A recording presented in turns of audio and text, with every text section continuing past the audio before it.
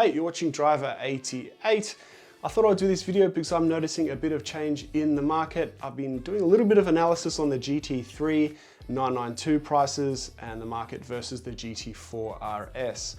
Now that both cars have been on the market for a little while and the insane sort of over sticker hype has dropped off a little bit for both cars, I thought I would compare the two because when the 4RS came out, they were naturally a little bit, I guess, competitive because when you spec'd up a GT4 RS with all the options and PTS paint and stuff, you got to a GT3 price. They have similar power. One, of course, is a bit more raw than the other. One is more technically more proficient than the other. And so it was a natural sort of thing. However, since then, things have drastically changed in the used car market, and that's what we're going to look at today. Noticeably, the last couple of days, I've seen that the UK and Japan are currently in recession. So that being the fourth and sixth largest GDPs in the world, definitely going to have effect on these prices going forward into 2024. So we're going to look at production numbers, current prices against retail, and the gap in the used car price between the 4RS and the GT3 going this way and what that means. So the first comparison that we're going to talk about are the production numbers. Now we know from day one that the GT4 RS was going to have 7,000 units made. Now the 992 GT3 we're not entirely sure. Even though production has finished as far as I'm aware, or very close to being finished, there were massive delays in 2021 where we had issues with getting carbon fiber bits and had issues with getting ceramic brakes and had issues with getting all sorts of parts. And I think that that would have quite drastically reduced the total production numbers over 3 years of the GT3. It's worth noting that the previous GT3, they made 9,500 units or so, Google leads me to believe, which is more than the 4RS. I'm sure there's some guys out there who have discussed this on the forums and stuff and geeked out over these Porsche DT cars that we love so much and analyzing it. So let me know in the comments if you know how many 992 GT3s is going to be.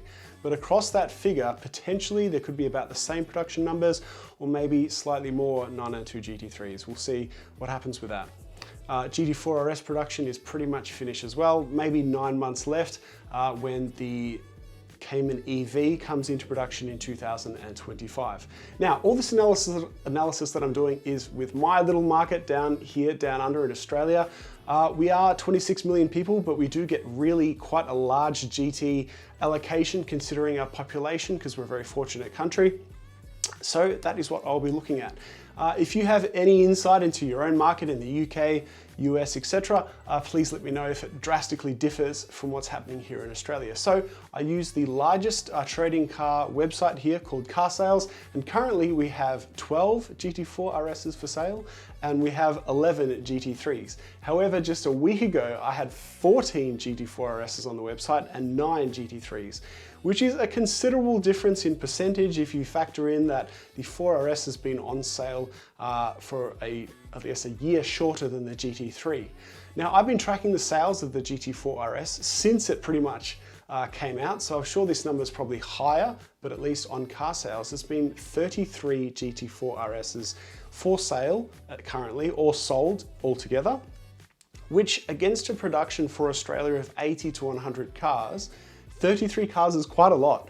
So that's quite a lot of people flipping their cars or selling them, you know, within a year or within 18 months of owning them.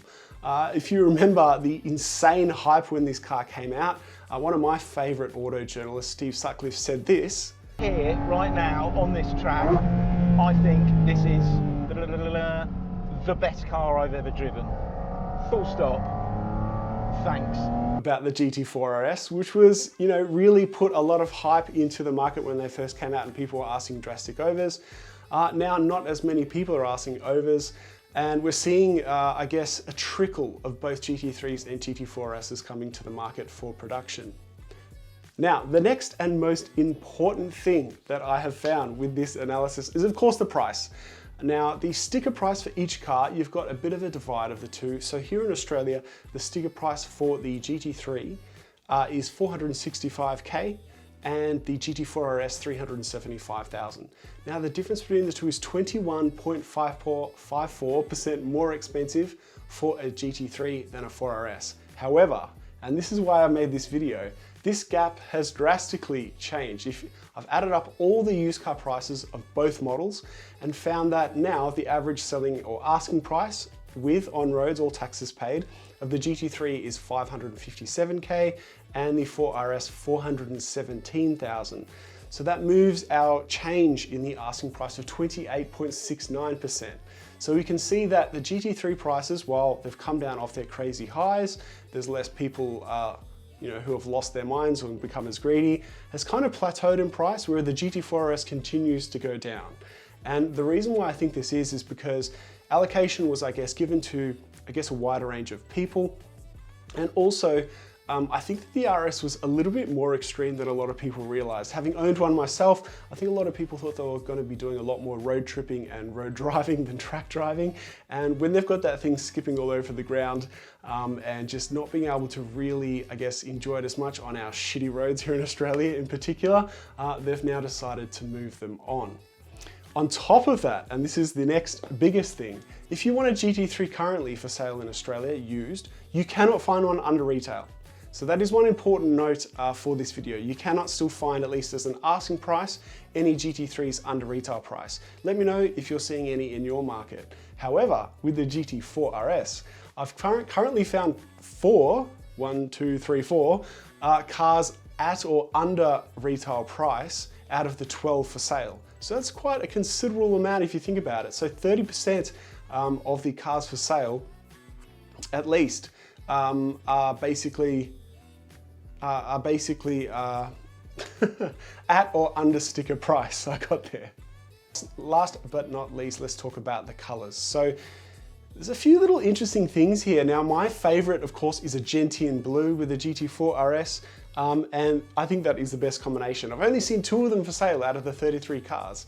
One thing I've noticed for these both models is that with the GT3, heaps of people ordered, the first commercial production sort of color, which was the shark blue, which was in the marketing, and they represent the highest amount of models for sale in the used market. Black is the most sort of car that I've seen in the GT4 RS as a color that seems to sit on the market the longest, and the gentian and shark blue seem to sell the quickest. Now, speaking of colors again, the PTS colors. I have not seen any PTS colors, as far as I'm aware, for sale with the 4RS, and I think I've only seen 1 or 2 for the GT3s. They generally capture a premium unless there's some really funky PTS color that a lot of people are too scared to choose, but I have not seen a PTS color for sale for either model. So yeah. Now, lastly, let's talk about why we're seeing this divide with the GT3 and GT4 RS. Well, it's pretty simple. A lot of it has to do, with a bit of emotions. Now, people can say whatever they like and have different opinions about what Porsche owners are like, but there's always going to be a percentage of people who just want a 911. They've grown up for decades and decades dreaming about this 911, so they're going to want to buy one. They might even not want to use it that much. They just want to have it in their garage to say that they have one, or to just stare at and enjoy it in any sort of capacity. And that sort of history, of course, is not available with the Cayman, and the Cayman now is an RS product. So I guess there's less use cases for the RS, and it's quite a far more raw experience than a GT3, which may factor, a wider range of potential customers. Also, of course, a 911 is a 911 and the Cayman is a Cayman. Some people just look down upon it.